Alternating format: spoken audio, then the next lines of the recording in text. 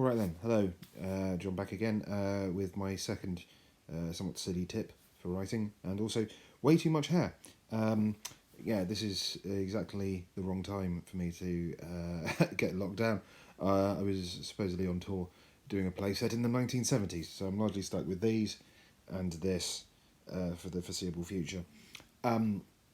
Yes, so today one of the things I wanted to talk to you about was coming up with ideas and just generally getting concepts down. Coming up with ideas is always a bit hard. It's one of the bits I find hardest to do. Next worst thing is coming up with full stories and like developing those ideas into an actual plot.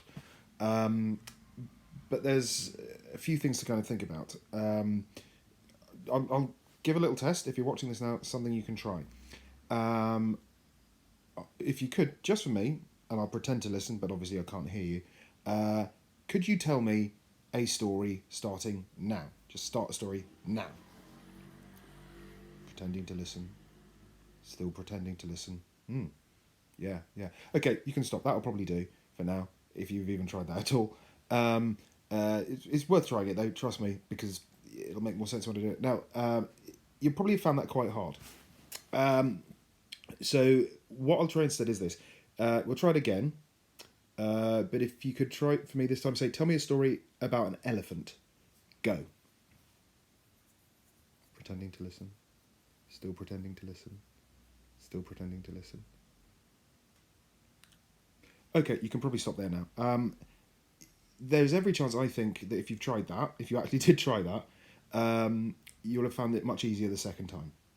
Because if somebody says, tell me a story about anything, it's usually really difficult to just come up with something off the top of your head.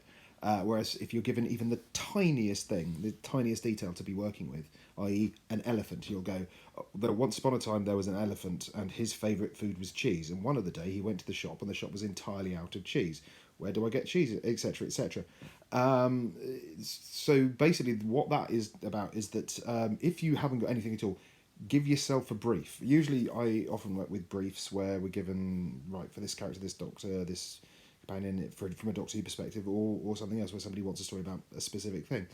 If you haven't got that, I think just decide for yourself, I want to write a story about X, whether that is an elephant or a type of story or a type of person, and that will hopefully focus in your thinking. There are so many possibilities. That's why if you've got absolute endless freedom, you can probably write.